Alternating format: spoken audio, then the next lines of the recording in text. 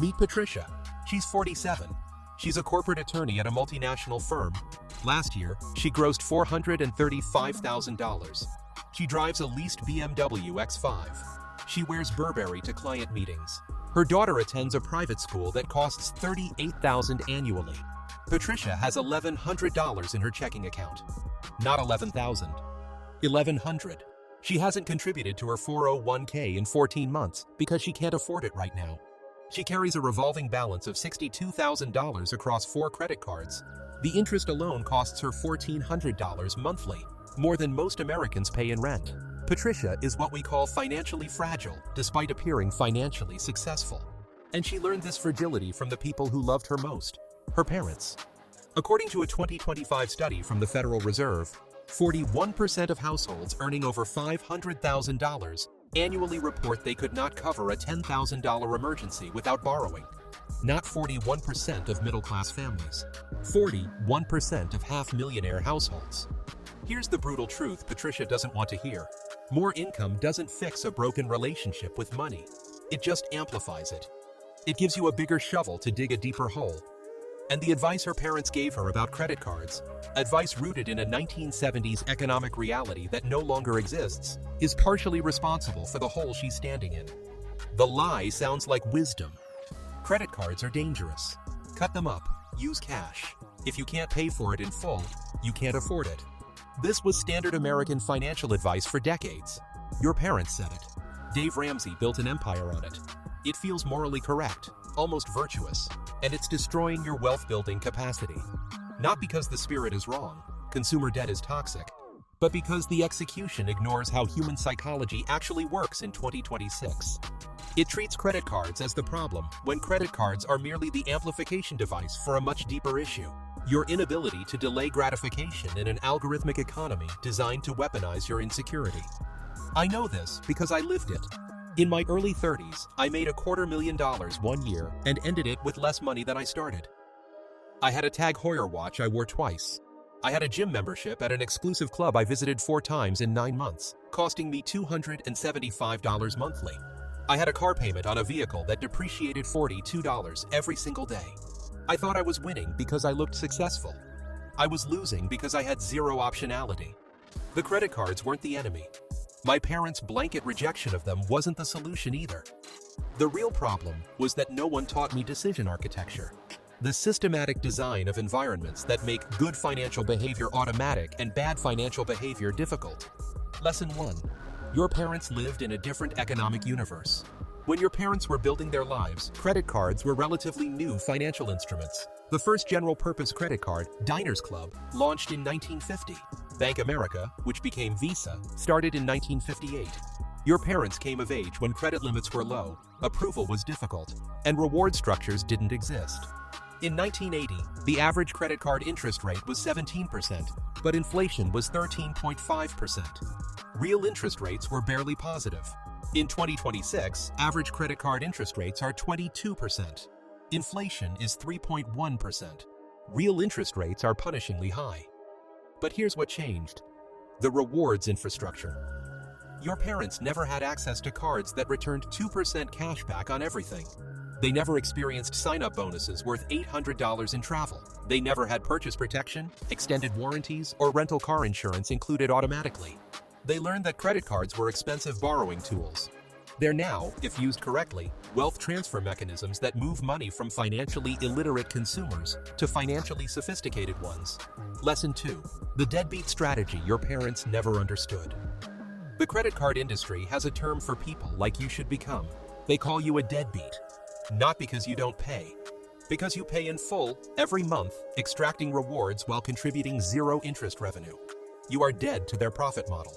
In 2024, credit card companies made $43 billion in interest charges and $32 billion in fees from people who carried balances and missed payments.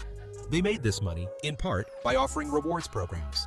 Those rewards are funded by the financially fragile, people like Patricia, who carry balances and pay 22% interest to subsidize your 2% cash back.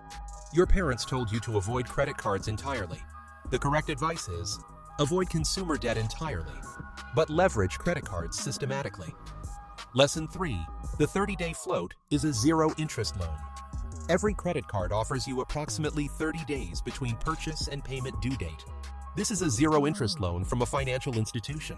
If you spend $4,000 monthly on your credit card and pay it in full, that $4,000 sits in your high-yield savings account, earning 4.5% annually for an extra 30 days before you remit payment. The math, $4,000 at 4.5% annual for 30 days equals $15 monthly, $180 annually. That's not much, you're thinking. Now add the 2% cash back on $4,000 monthly, $80 monthly, $960 annually. Combined, $1,140 yearly. Now multiply that by 30 years. At a conservative 7% return invested monthly, that's $113,000. Your parents told you credit cards were dangerous. They didn't tell you that strategic use of them could fund a six-figure retirement account. Lesson 4. Decision architecture beats willpower every time. Your parents' advice assumed infinite willpower. Just don't buy things you can't afford. Behavioral economics has proven this is fantasy. Willpower is a depletable resource. Every decision you make throughout the day, what to eat, what to wear, which email to answer first, depletes your capacity for self-regulation. By evening, when you're scrolling your phone, your prefrontal cortex is exhausted. This is when you're most vulnerable to one-click purchasing, subscription sign-ups, and emotional spending. The solution isn't more discipline. It's decision architecture, designing systems that make bad decisions difficult and good decisions automatic. For credit cards, this means Rule 1. Automate full payment. Set your card to auto-pay the statement balance in full every month. Not the minimum, the full balance.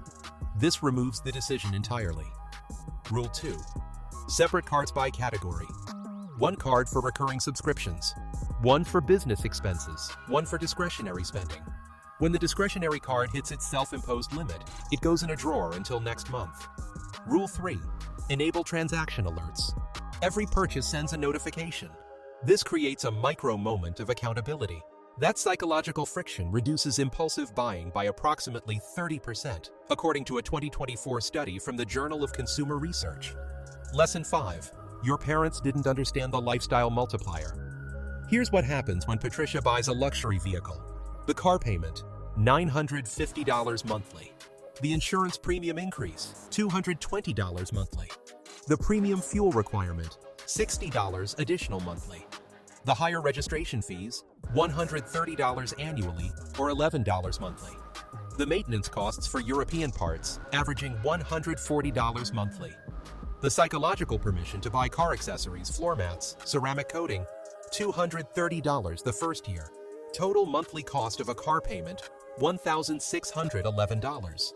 Patricia thought she was buying a car. She was actually buying an ecosystem of recurring costs. Every possession above a certain threshold triggers this lifestyle multiplier effect. A boat requires storage, insurance, maintenance, fuel, registration, and towing equipment. A pool requires chemicals, heating, cleaning, repairs, increased insurance, and higher property taxes. A larger house requires more furniture, higher utilities, more maintenance, greater insurance, larger property tax bills, and increased time spent managing it all. Your parents told you to buy quality and get what you deserve. They didn't calculate the implicit monthly rent you pay to own these things. Lesson 6. Implicit rent, the cost of your stuff occupying your space. Let's say you own a 2,000 square foot home worth $600,000. Your cost per square foot, $300. Now walk into your garage. There's a treadmill you haven't used in 2 years. It occupies 12 square feet. That treadmill is costing you $3,600 in real estate value to store. You're paying $3,600 to house a piece of guilt. There are boxes of your children's old toys, 40 square feet, $12,000 in occupied space. There's camping equipment you used once, 8 square feet, $2,400. Your garage contains approximately 180 square feet of unused items. That's $54,000 in real estate dedicated to storing things that provide zero value. You're paying implicit rent to own stuff you don't use. Your parents told you to hold on to things. You never know when you'll need them. The correct calculation, if you haven't used it in 18 months, the cost of storage exceeds the cost of reacquiring it if you ever need it again. Lesson 7. The credit score game your parents never played. Your parents told you, don't get a credit card. It'll ruin your credit. The truth, Avoiding credit cards will ruin your credit. Your FICO score is calculated using 5 factors. Payment history, 35%. Amounts owed, 30%. Length of credit history, 15%. Credit mix, 10%. New credit, 10%. If you have no credit cards, you have no payment history to demonstrate reliability, no credit utilization ratio to optimize, a shorter credit history than peers who opened cards earlier, a less diverse credit mix. The optimal strategy: open 2 to 3 credit cards in your 20s. Use them for small, recurring expenses. Netflix, Spotify, your phone bill. Automate full payment. Never close them. This builds a 15 to 20-year credit history demonstrating perfect payment behavior. By the time you're 45 and applying for a mortgage, you have a credit score above 800, saving you approximately $63,000 in interest over a 30-year loan compared to someone with a score of 680. Your parents' advice to avoid credit cards cost you a down payment on a rental property. Lesson 8. The PAW formula your parents never heard of. In The Millionaire Next Door, researchers Stanley and Darko introduced a formula to determine if you're a prodigious accumulator of wealth or an under-accumulator of wealth. Expected net worth, Dr. Jekyll's pre-tax annual income, 10. Patricia is 47. She earns $435,000. Expected net worth, 47x $435,000, 10x $2,045,000. Patricia's actual net worth, negative $62,000, if we count her credit card debt and exclude home equity. She is catastrophically underaccumulating. The credit cards aren't the root cause, they're the symptom. The root cause is that Patricia spends to signal status instead of building optionality. Your parents likely told you, make more money and you'll be fine. The data shows income is almost irrelevant if your consumption rises proportionally. Lesson 9. The 24-hour rule. Here's a decision architecture rule that eliminates 60 to 70% of regrettable purchases. Any discretionary purchase over $100 requires a 24-hour waiting period. Not a family discussion, not a budget review, just time. You see a jacket, you want it. You photograph it, you leave. 24 hours later, if you still want it and can articulate why it's worth the trade-off, what you're not buying to afford it, you buy it. Most of the time, the urge dissolves. This works because it disrupts the dopamine cycle. Retail environments, whether physical or digital, are engineered to create urgency. Only 2 left. Sale ends tonight. Exclusive access. These are manufactured scarcity tactics designed to bypass your prefrontal cortex. The 24-hour rule re-engages it. Your parents said, sleep on it. That was correct. They just didn't explain why it works, so you dismissed it as old-fashioned. Lesson 10. The look-poor advantage. A 2023 study analyzing tax return data found that 61% of households earning over $250,000 annually drive Hondas, Toyotas, Fords, or Chevrolets. Not because they can't afford luxury vehicles, because they understand 2 concepts your parents never named. The whaling attack. When you signal wealth through your car, your watch, your home, you become a target for upcharging. Contractors quote you higher. Salespeople assume you'll pay more. Friends expect you to pick up the tab. The status tax. Every status symbol you purchase creates an expectation for the next status symbol. You buy the BMW. Now you're expected to vacation in Napa. Now you're expected to join the country club. Now you're expected to send your kids to elite schools. The status tax is infinite. The wealthiest people I know drive 12-year-old Camrys and wear Casio watches. Not because they're cheap, because they've done the math on opportunity cost. Lesson 11. Geographic arbitrage and the credit card hedge. Your parents told you to build roots and invest in your community. Noble. Often financially catastrophic. If you earn $200,000 in Manhattan, your rent is $4,000 monthly for a 1-bedroom. Your state and city taxes are 14% combined. Your cost of living is 138% above the national average.